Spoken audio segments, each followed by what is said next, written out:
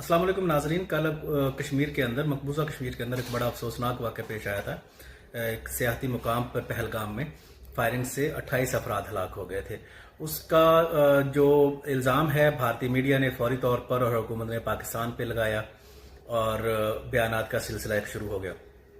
आज security meeting थी भारतीय वज़ीर आज़म नरेंद्र मोदी की ज़ेर सदारत। उसमें उन्होंने पाकिस्तान पे इल्ज़ाम लगाते हुए ना सिर्फ कि पाकिस्तान पे इल्ज़ाम लगाया है बल्कि पाकिस्तान के साथ तजारती और जो मुआहदा है वो भी ख़त्म कर दिया। तजारती मुआहदे तो खैर पहले से ख़त्म है, लेकिन जो सबसे अहम चीज़ है वो ये है कि सिंध तास मुआहदा वो पाकिस्तान के साथ ख़त्म कर दिया गया है। उन्होंने मनसूख करने का ऐलान कर दिया गया है। अब इसका आफ्टर इफेक्ट क्या होगा कि जो दरिया पाकिस्तान आ रहे हैं भारत से, अब उनका पानी भारत रोक लेगा जो मुआहदे के तहत जिन दरियाओं का पानी पाकिस्तान को मिल रहा था। ये बड़ी बहरहाल खतरनाक एक बात है।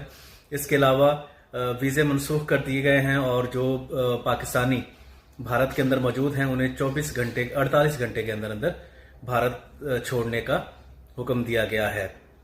ये ताज़ा तरीन अपडेट है। बहरहाल ये बड़ी ख़तरनाक एक सिचुएशन है कि अगर भारत इस बात पे अटल रहता है कि सिंध तास मुआहदा वो मुअत्तल कर रहा है तो ये पाकिस्तान के लिए किसी भी तौर पर अच्छी खबर नहीं होगी। इसके साथ साथ वाघा बॉर्डर और वाघा अटारी बॉर्डर भी बंद कर दिया गया है। तो ये ताज़ा तरीन अपडेट थी जी।